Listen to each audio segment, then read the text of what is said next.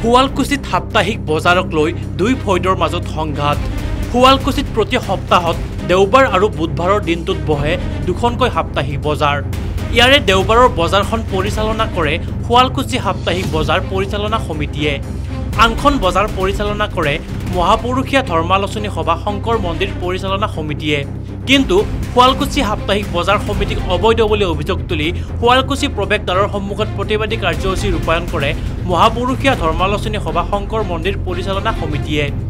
আজি দেওবাৰৰ সাপ্তাহিক বজাৰ বন্ধৰ দাবীত সাপ্তাহিক বজাৰলৈ অহা বেপাৰীসকলক শুৱালকুছি সাপ্তাহিক বজাৰলৈ যাবলৈ বাধা প্ৰদান কৰে মহাপুৰুষীয়া ধৰ্মালোচনী সভা শংকৰ মন্দিৰ পৰিচালনা সমিতিয়ে। আমি প্ৰতিবাদী কাৰ্যসূচী এইকাৰণে ল'ব লগা হ'লো যে যেতিয়া আমি জিলা পৰিষদত যাওঁ সাপ্তাহিক বজাৰ সন্দৰ্ভত, তেতিয়া জিলা পৰিষদে কৈছিল যে ইয়াত কোনো সাপ্তাহিক বজাৰ শুৱালকুছিত আমাৰ নাই। তেতিয়া কৈছোঁ ছাৰ আমাৰ মহাপুৰুষীয়া ধৰ্মালোচনী সভাক আপুনি সাপ্তাহিক বজাৰখন বোলে আপোনালোকে সকলো নথি পত্ৰখিনি ঠিক কৰক। তেতিয়া আমাৰ সম্পাদকে সমস্ত কাগজ পত্ৰ মাটিৰ আদি কৰি সকলোখিনি তেখেতসকলৰ লগত জমা দিয়াৰ পিছত তেখেতসকলে আমাক সাপ্তাহিক বজাৰৰ অনুমতিটো দিছে। যদি আগতেই ক'লা হয় যে নহয় আৰু আন এখন সাপ্তাহিক বজাৰ শুৱালকুছি তেতিয়াহ'লে মহাপুৰুষীয়া ধৰ্মালোচনী সভা আমি কেতিয়াও আগবাঢ়ি নগ'লোঁ হয়।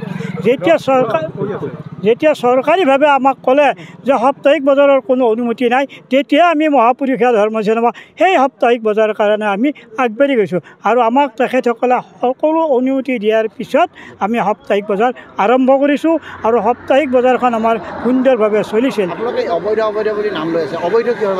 অবৈধ এইকাৰণে ক'লোঁ, যিদিনা আমাক চিউ ছাৰে দুপক্ষক মাতি লৈ গৈছিল তেতিয়া আমাৰ সকলো নথি পত্ৰ আমাৰ ধৰ্মালোচনী সভাই দেখুৱাইছে, কিন্তু তেওঁলোকে কোনো এখন নথি পত্ৰ দেখিব অকল ট্ৰেড লাইচেঞ্চ।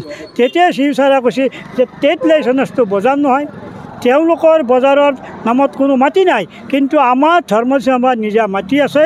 তেনেস্থলতো তেওঁলোকে অবৈধ বজাৰখনক প্ৰাধান্য দিছে, যে আমাৰ যিখন বৈধ বজাৰ সেইখন আমাক নিষ্ক্ৰিয় কৰাৰ কাৰণে এই উদণ্ড যুৱককেইজনে অলপ সহযোগ কৰি আছে।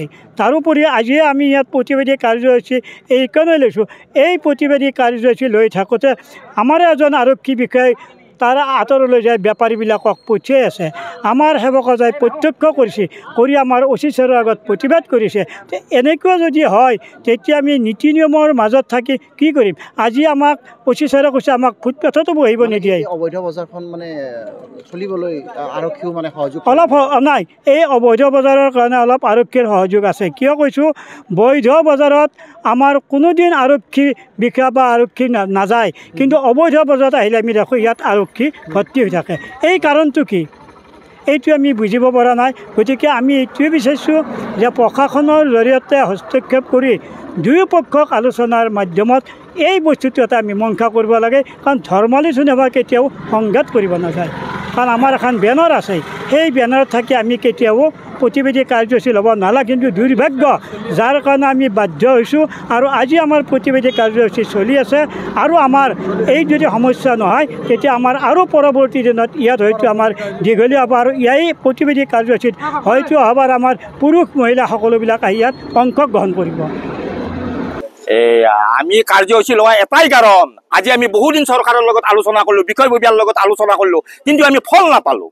এনেকুৱা আমি কৰিলোঁ 8-10 দিনমান আমি তেখেতসকলৰ লগত আলোচনা কৰিলোঁ, ডিচিৰ লগত ক'লোঁ, চিউৰ লগত ক'লোঁ, আমাৰ থানাৰ লগতো আজি আহিছে আৰু বহুতৰ লগত আমি চৰকাৰী বিষয়ববীয়াৰ লগত আলোচনা কৰিলোঁ। স্বয়ং আমি CMৰ হেৰিকো জনালোঁ, তেখেতসকলেও SDOকো জনালোঁ, তেওঁলোকেও আমাক একো কৰি দিব নোৱাৰিলে। সেইকাৰণে আমাক ক'লে যে আপোনালোকে কাগজ পত্ৰ ঠিক কৰক। আমি কাগজ পত্ৰ পৰ্যন্ত ঠিক কৰি দিলোঁ, যে নিজৰ মাটি লাগিব। ক'লোঁ যে আমাৰ নিজৰ মাটি আছে, আপোনালোকক লাইন লাগিব, আমি লাইন লৈ দিলোঁ। পানী লাগিব, পানী লৈ দিলোঁ, পায়খানা লাগে, পায়খানা কৰি দিলোঁ। তেওঁৰ পিছতো আমাক তেওঁলোকে নিদিলে। তাৰপিছত আমাক এদিন মাতিলে, এদিনকৈ আমাক 4 দিন মাতিলে। 4 দিনৰ পিছত আপোনালোকে আমাক একো কৰি নিদিয়ে। তেওঁলোকক কৰৰ পিছত আহিল যে আপোনালোকে কৰ দিব লাগিব। আমি কৰ দিম। আমি তেতিয়া ক'লোঁ যে কৰ কিমান লাগিব? বোলে আমাক 4,000কৈ ক'লে। বোলে কি কয় দিয়ক আপুনি 4,000 টকাৰ কথা কওঁতে? মই ক'লোঁ 1,000 টকা দিম। বোলে কি কয় আপুনি? কি 1,000 টকাত কৰ দিবৰ কথা কয়? আপুনি সৰু চলি বিলাইছে। বোলে কিমান লাগিব? বোলে একদম কমেও 2,000। আমি তাতে মান্তি হৈ গ'লোঁ যে 2,000 দিম। আমাক চব লিখি পঢ়ি দিলে, আমাৰ চব হৈ গ'ল। হৈ যোৱাৰ পিছত আমাক একো নিদি পেলাই তেওঁলোকে আকৌ আমাক সপ্তাহত 2 দিন দিছিল। চৰকাৰে কোনো বাৰ ধৰি দিয়া নাছিল। আমি তেতিয়া বাৰ 2টা ল'লোঁ, বুধবাৰ আৰু আমি ৰবিবাৰ। এই 2টা বাৰত লোৱাৰ পিছতো তেওঁলোকে আমাৰ বেপাৰীগিলাক বন্ধ কৰে। বন্ধ কৰে তাৰ পিছত আমি আলোচনা কৰিছো এই এওঁলোকৰ অবৈধ বজাৰখনে তেওঁলোকৰ যিদিকে কাগজ পত্ৰ নাই তেওঁলোকে এদিন আমি চিউত প্ৰথম দিনা যেতিয়া আমি আলোচনা কৰোঁ তেওঁলোকক নিজে কৈছি মই যেতিয়া চিউ মোক খুজিছে আপুনি কওকচোন তেতিয়া আমাৰ পৰিদৰ্শা কৈছিল তেওঁ কথা কোৱাৰ পিছতো হাজোৰ পৰা Bhiku Das news desk report